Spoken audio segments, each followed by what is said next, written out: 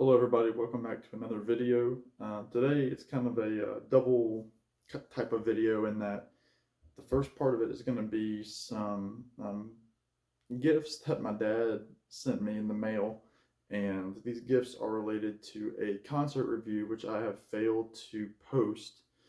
Um, my dad and I had the fortune of seeing Gordon Lightfoot back beginning part of February on February the 8th, just a few miles down the road from me, and wanted to give you my thoughts on that concert, and I also wanted to show you some of these CDs that my dad sent me. So let me start with that. He sent me, I didn't have any Gordon Lightfoot in my collection, and so my dad, who's a major Gordon Lightfoot fan, wanted me to have some of his earlier albums in my collection. So he sent me the album Cold on the Shoulder, which I just finished listening to for the first time. It's really good. Uh, Songs like Fine as Fine Can Be, Cherokee Bend, uh, Rainbow Trout, really great songwriting. This is from 1975. Another record that he sent me is, a piece of plastic on it, Summertime Dream, Gordon Lightfoot album from '76. You've got songs like the record of the Edmund Fitzgerald, um, Summertime Dream, Spanish Moss, and Too Many Clues in the Room. The latter Gordon Lightfoot did in concert, as well as Edmund Fitzgerald. But of course, that was one of his biggest hits. So I haven't listened to this yet, but I'm sure it'll be good. Early Gordon Lightfoot. Next, from 1978, we have Endless Wire, which has the song Sweet Guinevere, Hangdog, Hotel Room, songs The Minstrel Sang, Sometimes I Don't Mind. So some good songs on there, a lot that I don't know. So another one that I'm excited to hear. And Dad also sent me this album. This is Tony Rice Sings Gordon Lightfoot. Now, of course, Tony Rice is a native of my home state of Virginia. He bluegrass innovator with his guitar picking, part of that progressive newgrass that came out of the 70s and 80s. This album came out in 1996 on Rounder Records. You have Tony Rice doing songs like Fine as Fine Can Be, Shadows, record of the Edmund Fitzgerald, Early Morning Rain, Whisper My Name, I'm Not Saying, Song for a Winter's Night, Cold on the Shoulder. So I'm really excited to hear this. I've heard a lot of these songs growing up because of Dad and my mom, but I'm excited to hear this. Tony Rice, love his voice, love his picking. And Gordon was a big influence on Mr. Rice. So thank you, Dad, for those gifts. Now let me discuss the concert. As I mentioned, it was February the 8th. So I'm filming this video the last day of February, so it was not quite 3 weeks ago, on the verge of 3 weeks ago. And I bought these tickets for my dad for Father's Day. And originally the show was scheduled to be in August of 2021. However, Gordon suffered a fall, and he had to have some sort of surgery and a rod put into his wrist. So we were happy to see Gordon Lightfoot, well enough to get up and sing and to continue his tour. The tour was originally billed as a celebration of his 80th birthday, but of course COVID got in the way, and now Gordon is 82 years old and still out there singing. And we're really happy with the seats. We got to the venue, which holds about 2,500 to 3,000 people, and probably 2/3 filled, I would say. And we were 7 rows from the front, facing the stage. We were kind of on the right side, but I got some clear shots of Gordon Lightfoot. The thumbnail for this video is a shot from that show, and of course, you see Gordon. He doesn't look like this. His hair's not curly. He doesn't have the mustache, and he's very thin. His hair is about the length of Tom Petty's. Actually, it's about down to here. Very straight hair, and he came out. He was wearing some blue pants and like a red fleece sweatshirt, and came out and waved. And he picked up his acoustic guitar. And he stuck to acoustic guitar all night. He switched between his 12 and 6-string guitars, and he told a few little stories in between the songs.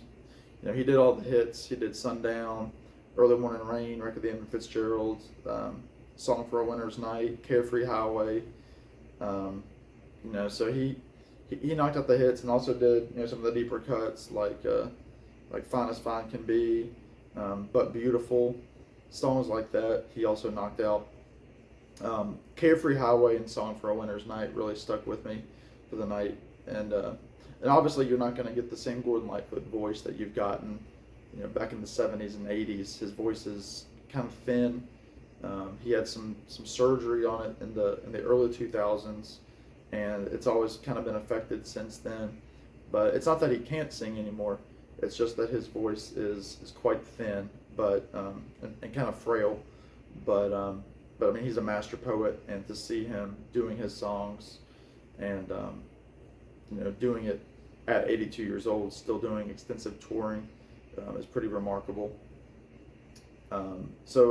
It was actually my second time seeing Gordon. I saw him back in 2009. It was my very first concert. The same venue, just a little bit further back. I saw him with my mom and my dad that time, and that was a good show. But this one was a little bit more special in that it's probably the last time that we'll see Gordon Lightfoot, just because of his age, deteriorating health.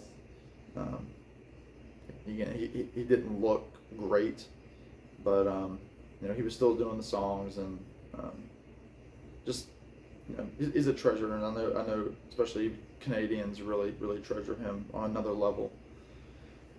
Now, with that being said, this concert, in terms of all of the concerts that I've been to, this was probably the worst experience I've ever had at a concert. Not because of Gordon, but because of some folks sitting behind my dad and myself. So again, I mentioned we're 7 rows from the front. So, think about it. 7 rows from the front, you're in a venue of about 3,000 people. You've probably paid a little bit of money to get that close to the stage. And the people behind me also, in theory, would have paid good money to come and see Gordon Lightfoot. So we started the show with these people behind us showing up. It was 2 couples, 2 men, 2 women, and the women's voices, their speaking voices, were very high pitched, very loud. And these people were obviously slightly intoxicated when they took their seats, all 4 of them. The women's voices were very shrill. The men kind of had burly voices. Come to find out, just from listening to their loud banter, the 2 men were actually from Canada. I believe they're both from Toronto. And they were talking about, oh, Gordon Lightfoot, he's something in Canada. He's the man. And obviously the husbands had dragged the wives to this. I'm assuming they were married, but the husbands had dragged the ladies to this show. The ladies didn't really know, other than, I think they kept talking about Sundown. And one guy said he had gone to the bathroom and was singing Sundown, while he was, doing his business. So, that's always great to hear. And the show started with an opener. The opener was this duo called the Sedonas. It was a guy on acoustic guitar and another guy singing. They've opened for people, and from what they kept saying between every song, they were sure to tell us that they were from Knoxville, Tennessee. And they were only with Gordon for a couple of shows. I think they were with him the night before, and then that night was going to be the second night that they were with him. And they, from looking up their social media after the show, they had opened for people like, Foghat, the Guess Who,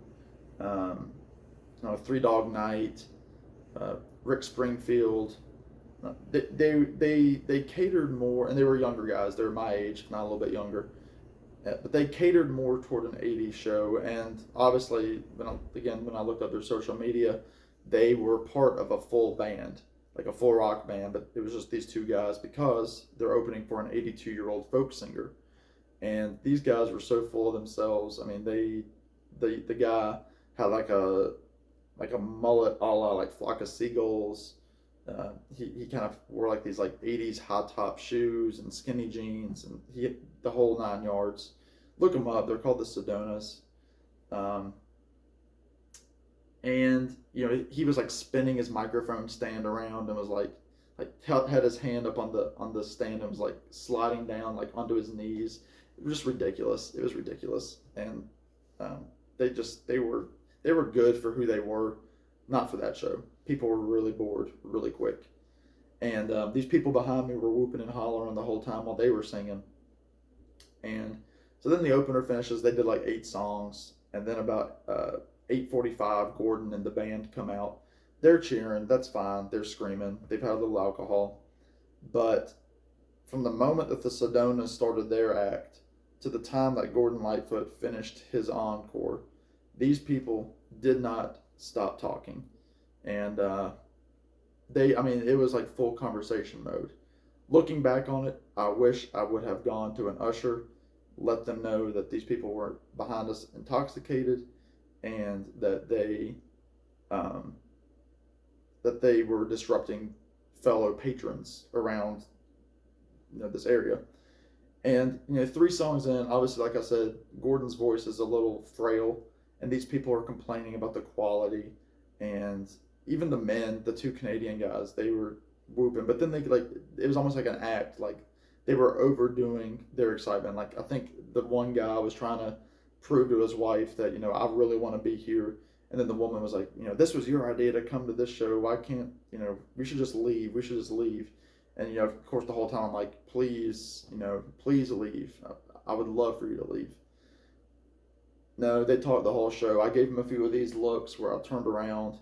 At one point, I heard one of the beer cans tumble over, and once the lights were on at the end of the show, I noticed that I had half a bottle of Bud Light underneath my shoes, and I was sure to tell them after the show that they had gotten beer on my shoes.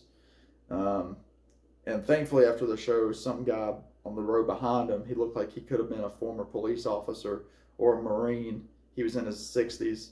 He was sure to tell them that they ruined the show for a lot of people. And so, the whole show, I've got Gordon singing his songs beautifully. And then behind me, I've got these idiots giving their 2 cents about why they think it's crap. And so, like, most of my attention, unfortunately, is going to these people because Gordon is singing very softly. But here's the big kicker. The encore is obviously about to take place. They finish the main set. People are standing up. The lights are on. Gordon goes to the front of the stage, kind of gives one of these numbers, walks off stage, old what behind me, I won't say a word, but old, I don't even know, this dude from Canada behind me, who, again, the reason I say from Canada is because they were, saying, how Gordon Lightfoot was such an icon in Canada. Well, here is old jerk behind me. He goes, he's talking to his buddy. He said, "Oh, I wonder what song he's going to do for the encore." And his buddy goes, the buddy says, "Oh, he's got to do Time in a Bottle. He hasn't done Time in a Bottle yet."